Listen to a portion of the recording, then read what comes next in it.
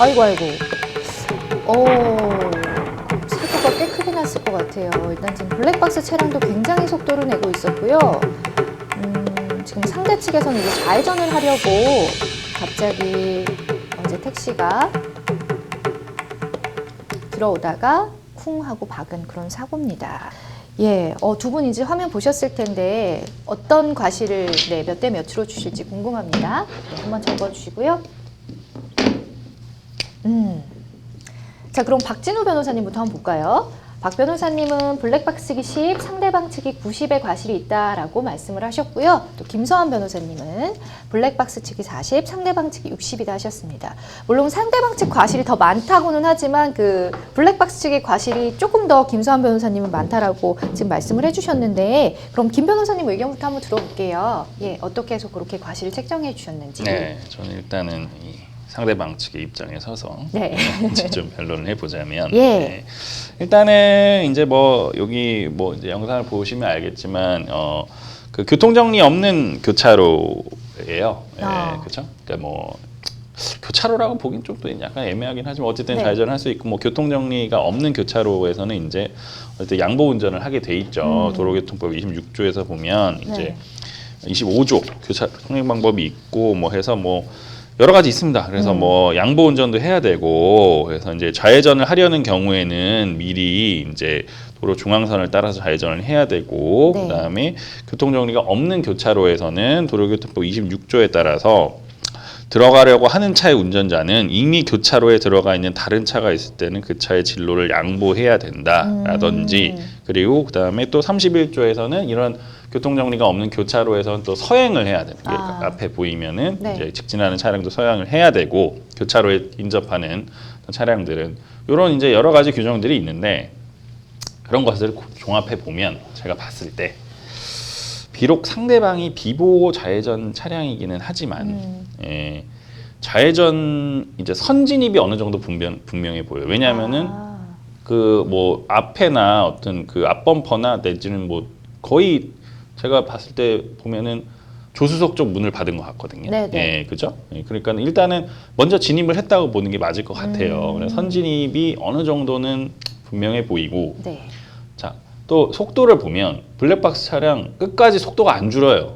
그러니까요. 예. 속력을 좀 많이 낸 것 속력이 같아요. 많이 내기도 했고, 그리고 속도가 안 줄어요, 거의. 예, 그러니까요. 보면 전방 주심을 상당히 소홀히 한 것 같아요. 그래서 그러니까 전방 주시를 하고 있었으면 어느 정도 그래도 빨리 브레이크 해서 좀 피해를 줄일 수 있지 않을까. 뭐 부딪히는 거를 그 회피까지는 못했을 것 같아요. 그래도 어느 정도 이제 굉장히 세게 받친 것 같거든요. 그러니까요. 지금. 근데 네. 줄일 수 있었을 걸로 보이고, 그래서 이제 제가 보기엔 속도가 끝까지 줄지 않는 걸 봤을 때 일단은 좀 전방 주심을 소홀히 하지 않았나 그런 생각이 들고요. 네. 그렇게 고려를 해 보면 네. 일반적인 비보호 좌회전 차량 충돌 사고보다는 뭐 일반적으로 보면 한 2대8 막 이렇게 원래는, 볼 건데, 어쨌든 제 생각에는 블랙박스 차량이 좀 과실이 좀 있지 않나 하는 생각이 듭니다. 네. 그리고 물론 이제 상대방은 당연히 비보호 좌회전이니까 잘 살펴야죠. 그래서 맞은편에 오는 차들 거리 충분히 고려해서 방어적으로 이제 진입을 해야 되고, 하지만 요 경우에 있어서 아까 말씀드린 두 가지 사정, 그러니까 어느 정도 선진입을 한 것으로 보이고, 네네. 그다음에 이제 블랙박스 차량이 속도가 줄지 않는 거를 봤을 때 전방 주시음을 좀 소홀히 한 것이 아닌가에 이제 저의 그 상대방 입장 프리미엄 감안해서 이제 6대 4정, 60대 40 정도로 되지 않을까 싶습니다. 그렇군요. 일단 이 두 가지 이유를 들어서 상대방 측의 입장에서 조금 생각을 해서 과중으로 한 40% 정도 네네. 물어주셨는데요. 박진우 변호사님이 옆에서 김 변호사님 말씀하실 때 굉장히 맞습니다.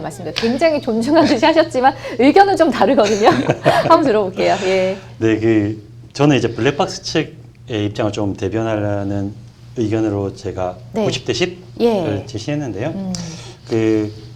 일단은 인접한 사거리가 있는지, 그래서 교차로 영향권이었는지 여부가 좀 의견이 좀 변호사님과 다른 것 같고, 네. 두 번째는 전방 주시 의무 위반과 회피 가능성이 있는지 여부, 이 두 개에서 좀 차이가 있는 것 같습니다.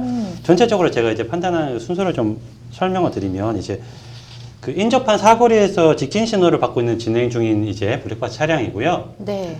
그래서 이제 지금 보면은 파란색 신호를 받고 이제 양직이라고 하는 양방 직진 신호를 받은 상태에서 네. 주행을 하고 있었고, 저기가 이제 제가 저 앞에 영상을 제가 좀 먼저 받아서 요 앞에 보면 하얀색 간판이 보이는데 예. 여기가 김해세무소더라고요. 네. 네, 거기 광공소로 진입하는 이제 아. 택시가 좌회전하는 차량인데요. 예. 여기가 이제 신호가 요 자체는 신호가 없죠. 아. 그래서 신호 없는 광고서 진입 교차로에서 발생한 교통사고.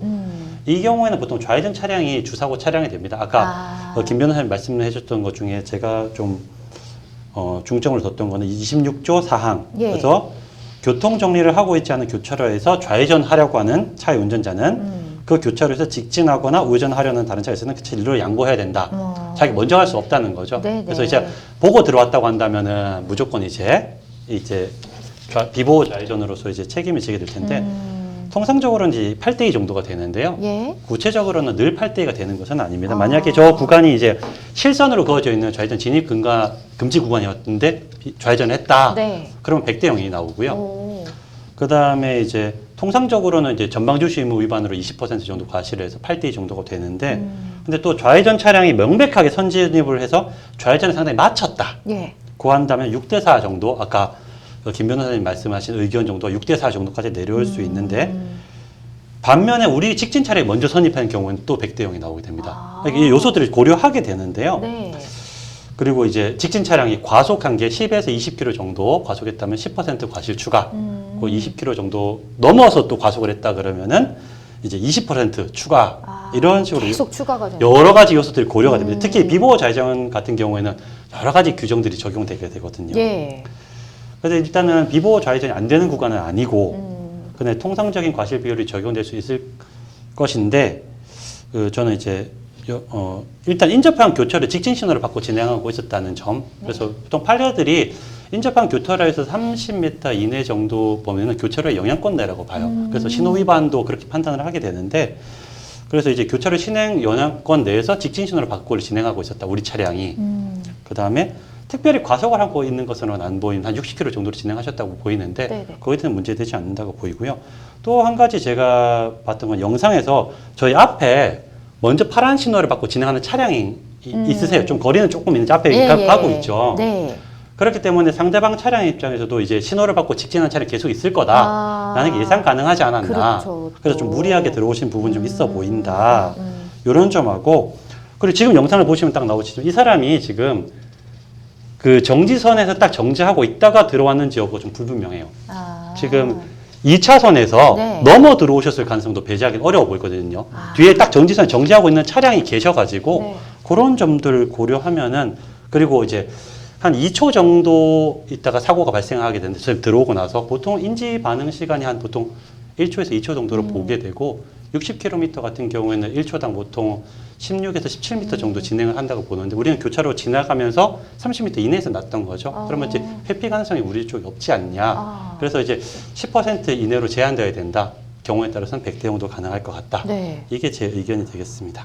굉장히 그 국가수에서 나오신 줄 알았어요. 굉장히 연구를 많이 해서 데이터를 이렇게 좀 네. 하셔가지고 말씀하신 것 같은데, 어쨌든 두 분 다 지금 26조 4항을 예로 들어주셨거든요. 이 네. 부분을 좀 기억한다면 좀 더 안전운전하는 데 도움이 되지 않을까 싶습니다.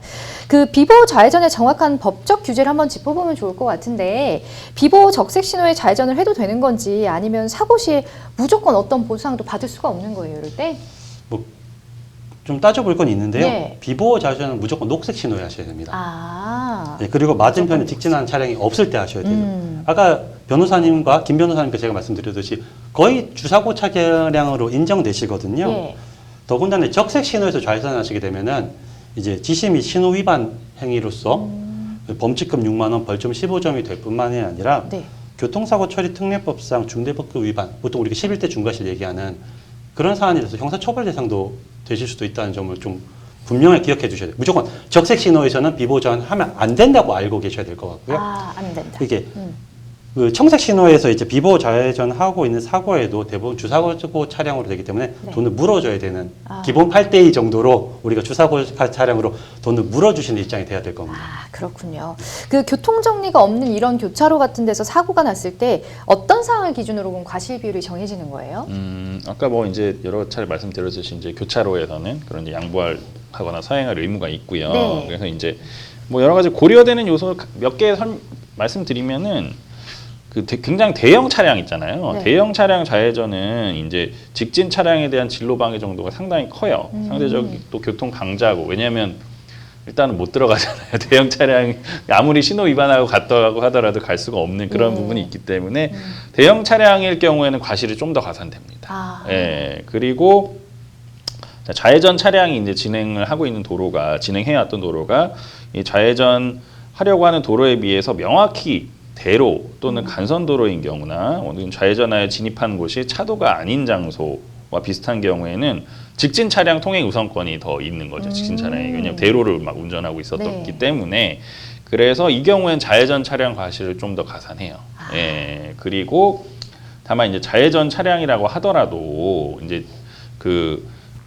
좌회전 차량 기 진입 아까 선진입이 너무나 확실하다.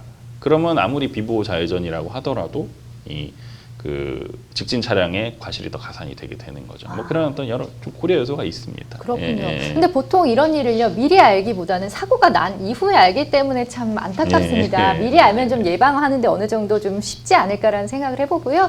저희는 이제 블랙박스만 보고 과실비율을 얘기했기 때문에 실제 상황은 좀 더 다를 수 있다는 점 참고하시기 바랍니다. 여러분은 지금 생방송 법률상담과 함께하고 계십니다.